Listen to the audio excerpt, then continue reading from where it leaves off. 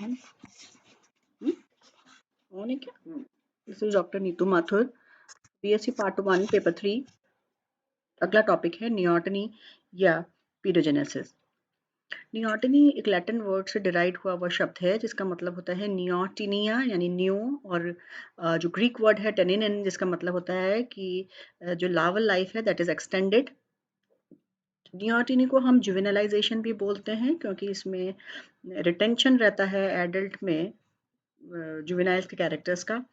और नियोटिनी के अंदर दो फॉर्म्स होते हैं उनकी कैपेबिलिटी ऑफ इंडिविजुअल की ब्रीडिंग कैपेबिलिटी के आधार पर। पीडोमॉर्फोसिस पहला प्रपोज्ड शब्द है जो कि वॉल्टर गार्स्टैंग ने 1922 में इस्टेब्लिश किया था, प्रपोज किया था। उसके अंदर हिटेरोक्रोनी जो है changes in the feature during development वो मैकेनिज्म इंक्लूड रहता है। पीडोमॉर्फोसिस कॉमन होता है कई जंतुओं के अंदर स्पीशीज में जिनमें कि जो कि ह्यूमन के द्वारा डोमेस्टिकेटेड रहती हैं, ह्यूमन उनको जिनको रखते हैं, जैसे कि dogs, chicken, pigs and kettles में भी। ऐसा माना जाता है कि साइड इफेक्ट है ये सेलेक्टिव प्रेशर का of human directed breeding juvenile behavioural characters का, जैसे डॉसिलिटी एंड क्यूटनेस। पीडोमॉर्फोसिस टर्माइट्स में और अदर कॉकरोच की स्पीशीज में भी देखा जाता है। कुछ साइंटिस्ट ह्यूमन को भी पीडोमॉर्फिक मानते हैं क्योंकि उनका फेस जो है दैट इज फ्लैटेंड, चपटा मुंह, छोटे जबड़े, बल्बस फोरहेड, क्योंकि एडल्ट प्राइमेट्स से कंपेयर करें तो। और एक ये पीडोजेनेसिस है वो एक तरह का एक्ट ऑफ रिप्रोडक्शन है किसी ऑर्गेनिजम्स का that has not achieve physical maturity. Paedogenesis जो है उसका तात्पर्य है कि ऑफ स्प्रिंग्स को या बच्चों को पैदा करना ऑर्गेनिजम्स के द्वारा लार्वल कंडीशंस में ही, मतलब वो एडल्ट होने से पहले ही रिप्रोडक्टिवली मैच्योर हो जाते हैं, सेक्सुअली मैच्योरिटी अचीव हो जाती है जुवेनाइल फॉर्म में ही, और फिर फर्दर फिजिकल मैच्योरिटी उनमें नहीं हो पाती है। कुछ बीटल्स के भृंगों के भी फीमेल्स में ये देखा जाता है। कुछ एग्जांपल्स नियोटनी के हैं जैसे फ्लाइटलेस बर्ड्स जो थी ऑस्ट्रिचेस, एम्यू, कैसोवेरीज, कीवीज, उनको मानते हैं कि वो उनके जो कैरेक्टर्स होते हैं वो चिक के कैरेक्टर्स उनके अंदर देखे जाते हैं जिनमें कि फ्लाइंग की कैपेसिटी जो होती है वो लूज हो जाती है, और इनका जो फिजिकल प्रपोर्शन है वो चिक जो होते हैं फ्लाइटेड बर्ड्स के जो बच्चे होते हैं चिक होते हैं उनसे मिलता जुलता होता है। इंसान के अंदर भी कुछ कैरेक्टर्स ऐसे हैं जैसे कि बॉडी के स्पार्स हेयर, बड़ा हुआ सिर, उनको ऐसा मानते हैं कि वो प्राइमेट्स जो होते हैं उनके बच्चे भी बेबी प्राइमेट्स टाइप होते हैं। एडल्ट के अंदर लैक्टोज की जो टॉलरेंस होती है दूध के अंदर पाए जाने वाले लैक्टोज की, उसको भी नॉर्मल मानते हैं कुछ पॉपुलेशन के अंदर। मोस्ट ह्यूमन इंटॉलरेंट भी होते हैं एडल्ट के अंदर लैक्टोज के लिए। फीमेल जो होती हैं वो अर्ली एज में मैच्योर हो जाती हैं, toughness of skin, coarse body hair, thyroid cartilage, bony eyelids, ये सब कुछ नहीं होती हैं, डीप एंड वॉइस भी नहीं होती है फीमेल के अंदर। तो ये कॉमन इनहेरिटेंस होती हैं एडल्ट होमोनॉइड्स की और दूसरे प्राइमेट्स की। वीमेन के अंदर जो पीडोमॉर्फिक कैरेक्टर्स होते हैं उनको मैन के अंदर जो पाए जाते हैं वो फीमेल्स में नहीं पाए जाते हैं। स्टीफन जे गोल्ड जो होते हैं was an advocate of the view that human are a neotenous species of chimpanzee, मानते हैं चिंपैंजी से इवॉल्व हुई हुई स्पीशीज है जो नियोटिनस है। Argument is that the juvenile chimpanzee have almost identical bone structure of human. जो चिंपैंजी के बच्चे होते हैं उनका बिल्कुल आइडेंटिकल स्ट्रक्चर होता है ह्यूमन का, और चिंपैंजी की लर्निंग की capacity cut off upon reaching maturity.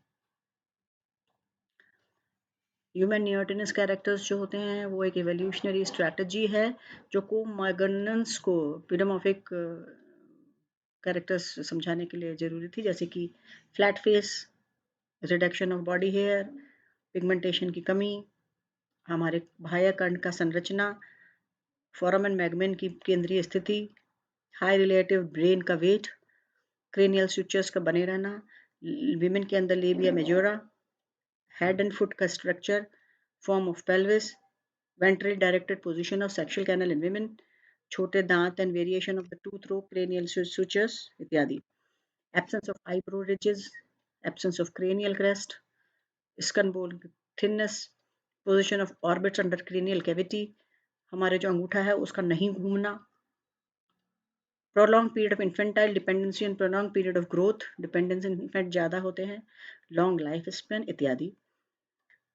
Origin of chordates की बात करें तो it is possible that chordates originated by neoteny. Chordates जो है वो neoteny के द्वारा ही originate होते हैं। मॉलिक्यूलर एविडेंस या आणविक जो उदाहरण है वो ये बताते हैं कि नियरेस्ट रिलेटिव जो कॉर्डेट्स के होते हैं वो ट्यूनिकेट्स होते हैं, मैराइन फीडर्स होते हैं, जो कि एडल्ट टू ससाइल होते हैं, सेक्सुअली मैच्योर फॉर्म्स होते हैं।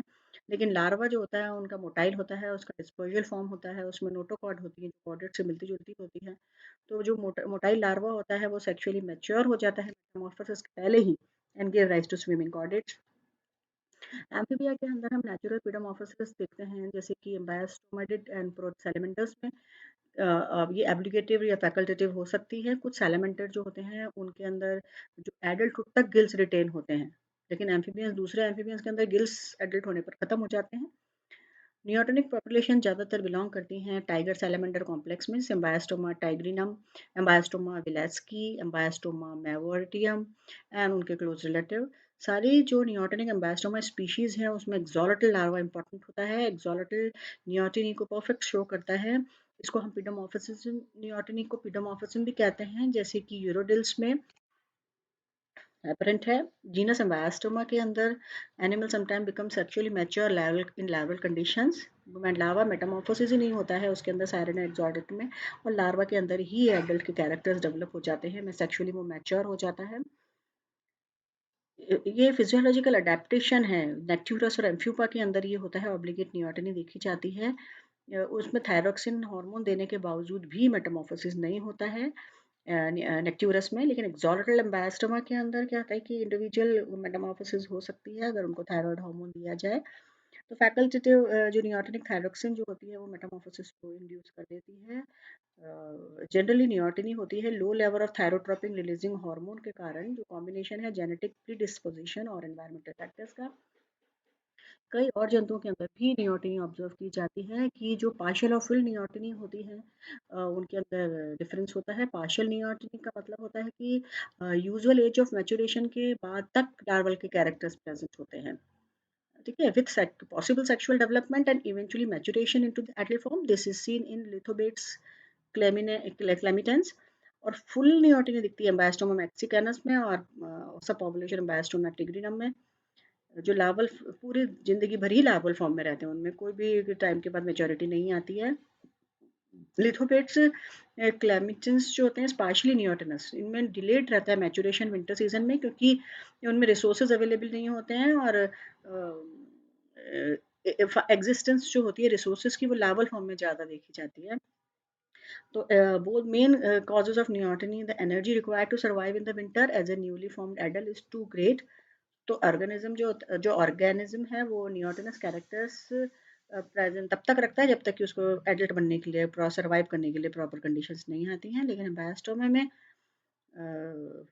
रिटेंशन रहता है permanent due to lack of available resources throughout its lifetime. कुछ बर्ड्स के अंदर, जैसे मैनेकिन्स के अंदर और चायरोक्सीपिया में भी पार्शियल नियोटनी प्रेजेंट होती हैं। इनमें मेल्स जो दोनों स्पीशीज के होते हैं उनमें जुवेनाइल जो बचपने के प्लूमेज होते हैं वो एडल्टहुड तक रहते हैं, और वो लूज करता है उसको जब वो फुली मेच्योर हो जाता है। कुछ बर्ड स्पीशीज में ये जुवेनाइल प्लूमेज जो होता है वो मोल्टिंग टाइम स्पीशीज तक मेंटेन रहता है। ये इंश्योर करते हैं कि देखो उनमें अध्यारोपण ना हो, ओवरलोप नहीं हो मोल्टिंग में और मीटिंग टाइम्स में। तो बर्ड्स जो होती हैं उन्हें पार्शियल नियोटनी होती है प्लूमेज में, और वो तब तक डू नॉट अटेंड या ब्राइट ब्राइट एडल्ट प्लूमेज तब तक अटेंड नहीं करते जब तक female is not prepare to mate. Neoteny is present because there is no need for male to moult early, उनको अर्ली मोल्टिंग की जरूरत नहीं पड़ती है। फ्लाइटलेस इंसेक्ट्स के अंदर भी, जैसे कि स्ट्रेप्सिप्टेरा इंसेक्ट्स के अंदर भी नियोटनी देखी जाती है। वो सेपरेटली नंबर ऑफ टाइम्स उनके अंदर इवॉल्व होते हैं। सेपरेट इवोल्यूशन के अंदर एल्टीट्यूड जो है वो रिस्पॉन्सिबल होता है, ज्योग्राफिक आइसोलेशन और लो टेम्परेचर। इन कंडीशंस के अंदर जो डिस्पर्जल है वो उसका कोई एडवांटेज नहीं होता है, क्योंकि जो हीट है वो बहुत तेज़ी से लूज करते हैं, और हीट को बचाए रखने के लिए बिना मेटामॉर्फोसिस के ही, बिना पंखों के डेवलपमेंट के ही फीमेल जो होती हैं वो सेक्सुअली मैच्योर हो जाती हैं। और कुछ फीमेल इंसेक्ट में जो फ्लाइटलेसनेस है वो हायर फैकल्टी से रिलेटेड हो जाती है। एफ्रिड्स भी एग्जांपल्स हैं इंसेक्ट्स का, वो जो कभी विंग्स को डेवलप ही नहीं करते हैं एनवायरनमेंट के अकॉर्डिंग, बचपन में या जुवेनाइल के स्थिति में ही रिप्रोडक्टिवली मैच्योर हो जाते हैं। नियोटिनी को जो दो एनवायरनमेंट फेवर करते हैं वो है high altitude and cool temperature, क्योंकि नियोटिनस इंडिविजुअल के अंदर मोर फिटनेस होती है जो एडल्ट फॉर्म से ज़्यादा फिटनेस होती है। तो energy required for metamorphosis detracts from an individual fitness and neotenous individual can utilize available resources more easily. जो ट्रेंड उनके अंदर होता है comparison to of salamander species, क्योंकि लोअर एंड हायर एल्टीट्यूड्स में कूल हाई एल्टीट्यूड एनवायरनमेंट में neotenous individual ज़्यादा survive करते हैं एडल्ट से। तो इंसेक्ट इंसेक्ट भी कूलर एनवायरनमेंट में नियोटिनी शो करते हैं। सैलमेंडर और एम्फीबियंस जनरली एनवायरमेंटल नियोटिनी शो करते हैं। एक्सोलॉटल ओम जो है वो सैलमेंडर की स्पीशी भी जो कि रिटेन करती हैं जुवेनाइल कैरेक्टर्स को throughout their adulthood also. बड़े होने के बावजूद भी उनके अंदर नियोटिनी लार्वल के कैरेक्टर्स उपस्थित होते हैं। ये फिर नियोटनी के उदाहरण हैं। गिल्स जो है उनमें कॉमन कैरेक्टर्स हैं जो कि एडल्ट तक में प्रेजेंट रहते हैं। बोनोबूस जो होती हैं वो कई फिजिकल कैरेक्टरिस्टिक्स इंसानों से शेयर करती हैं नियोटिनस स्कल जैसी। उनकी स्केल जो होती हैं वो एडल्टहुड तक में चेंज नहीं होती हैं सेक्सुअल डायमॉर्फिज्म के कारण और इवोल्यूशनरी चेंज के कारण। जो जुवेनाइल होते हैं वही सेक्सुअली मैच्योर हो जाते हैं बिफोर उनकी बॉडी के डेवलप होने से पहले ही। इंसेक्ट की फैमिली की जेएडी डेल्फिसिडी एंड कैराबिडी के अंदर एनर्जी कॉस्ट जो होती है वो नियोटिनी का कारण होती है। कुछ क्रिकेट की स्पीशीज के अंदर भी जो एडल्टहुड के अंदर विंग शेड हो जाते हैं। और कुछ टर्माइट्स के अंदर नियोटिनी दिखती है मोल्टेड फीमेल के अंदर। तो हम देखते हैं 3 तरह की नियोटिनी होती है। Obligate, inducible obligate and facultative type of neoteny. Obligate neoteny के जो जितने भी मेंबर्स होते हैं इस फैमिली के, जैसे कि एफ्यूमिडी, साइरेनिडी, क्रिप्टोब्रैंकिडी एंड प्रोटिडी, ये ऑब्लिगेट नियोटिनी का मतलब होता है कि ये कभी भी फुली मेटामॉर्फोसिस या कायांतरित नहीं होते हैं। उनके लार्वल कैरेक्टर्स जो होते हैं एडल्टहुड तक प्रेजेंट रहते हैं। और ये थायराइड हार्मोन देने के बाद भी इनके अंदर कोई प्रकार की मेटामॉर्फोसिस या कायांतरण देखा नहीं जाता। इंड्यूसिबल ऑब्लिगेट नियोटनी वो होती है जैसे एम्बायस्टोमेडी के अंदर और कुछ स्पीशीज के अंदर, प्लीथोडोंटी के अंदर, कि उनको अगर हम थायराइड फंक्शन को मैनिपुलेट करें तो उनके अंदर वो मेटामॉर्फोसिस देखा जाता है। लेबोरेटरी में अगर उनको थायराइड हार्मोन दिया जाए या थायराइड की हार्मोन की कंडीशंस को डेवलप किया जाए तो इनके अंदर मेटामॉर्फोसिस हो जाता है। और अगर थायराइड को हम नहीं दें तो ये नियोटिनस ही बने रहते हैं, वयस्क में बदलते ही नहीं हैं। तो ये ऑब्लिगेट होती है, हम कर भी इनके अंदर नियोटिनी को इंड्यूस भी कर सकते हैं और मेटामॉर्फोसिस को भी इंड्यूस कर सकते हैं। फैकल्टेटिव नियोटिनी जो सैलिमेंट्री में के अंदर देखी जाती है, एंटायर पॉपुलेशन जो होती है एनवायरमेंटल फैक्टर के कारण इनके अंदर नियोटिनी देखी जाती है। एक्सट्रीमली कोल्ड टेम्परेचर होते हैं जहाँ पर टेरिस्ट्रियल एग्जिस्टेंस होता है, जो कि इन टेरिस्ट्रियल एग्जिस्टेंस इनहॉस्पिटेबल होता है, करा ही नहीं जाता है एक्वायर। तो उसके कारण वो ये हमेशा एक्वेटिक ही रहते हैं, जल में ही रहते हैं और लार्वल कैरेक्टर्स एडल्ट तक बने रहते हैं। एक्सोलोटल लार्वा में नियोटिनी देखी जाती है। सेक्सुअली मैच्योर जो एक्सोलोटल है वो 18 से 14 महीने का होता है और 15 से 45 सेंटीमीटर तक का हो जाता है। और इतनी मैच्योरिटी के बाद भी उसमें external gills, caudal fin present रहते हैं। हेड वाइड रहता है, आँखों के ऊपर लिड नहीं होती हैं, पैर कम डेवलप्ड रहते हैं, लंबे उंगलियाँ होती हैं। Males are identified by swollen cloaca lined with papilla, जबकि फीमेल के अंदर वाइडर बॉडीज होती हैं जो अंडे भरे होते हैं। एक्सोलोटल जो होता है वो बेयरली विजिबल वेस्टिजियल टीथ उनमें देखे जाते हैं, जो कि मेटामॉर्फोसिस के टाइम डेवलप हो जाते हैं लेकिन होते नहीं हैं। 3 पेयर ऑफ एक्सटर्नल गिल्स जो हैं वो रेस्पिरेशन के लिए प्रेजेंट होते हैं। बकल पंपिंग भी इनमें देखी जाती है, एयर को गल्प करते हैं सरफेस पे, बट उनके अंदर गिल्स हमेशा प्रेजेंट होते हैं। नियोटिनी को अफेक्ट करने वाले फैक्टर्स जो होते हैं, तो एक्सोलोटल मेटामॉर्फोस जो होते हैं वो थायराइड स्टिमुलेटिंग हार्मोन की कमी से मैच्योर नहीं हो पाते हैं। एक्सोलोटल्स के अंदर मेटामॉर्फोसिस को डेवलप किया जा सकता है अगर उनको आयोडीन के इंजेक्शन या थायरॉक्सिन हार्मोन्स दिए जाएं। और दूसरा मेथड जो है मेटामॉर्फोसिस को इंड्यूस करने का है कि उनको शैलो वाटर टैंक्स में अगर रखा जाए तो कुछ पीरियड के बाद में इनमें स्लोली मेटामॉर्फोसिस हो जाएगा और एडल्ट सैलामेंटर बन जाता है। लेकिन ज़्यादातर ये दे लीड टू डेथ, उनकी मृत्यु हो जाती है। लाइक स्ट्रॉन्ग जेनेटिक बेसिस इनका होता है नियोटिनी के लिए ही। रिसर्च इंडिकेट करती हैं कि जो नियोटिनी होती है that occurs because hypothalamus of brain fails to produce hormone that causes the pituitary to is thyroid to stimulate thyroid hormone. Thyroid जब ग्लैंड को इंट्रोड्यूस स्टिमुलेट ही नहीं होता तो थायराइड हार्मोन ही प्रोड्यूस नहीं करती है और थायराइड के हार्मोन की कमी से वो जुवेनाइल फॉर्म में ही रह जाते हैं, लेकिन रिप्रोडक्टिवली वो एक्टिव हो जाते हैं। नियोटिनी सबसेल्यूलर भी होती है, neoteny is usually use to describe animal development, लेकिन नियोटिनी कुछ सेल ऑर्गेनेल्स में भी देखी जाती है. It was suggested that subcellular neoteny would explain why sperm cell have a typical centriole.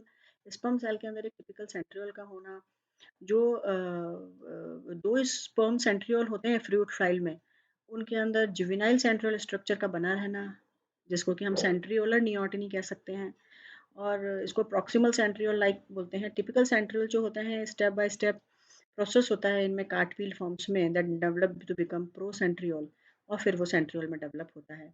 नियोटनिक centriole of fruit fly resembles an early procentriole. This is also an important topic that describes the subcellular neoteny. Thank you.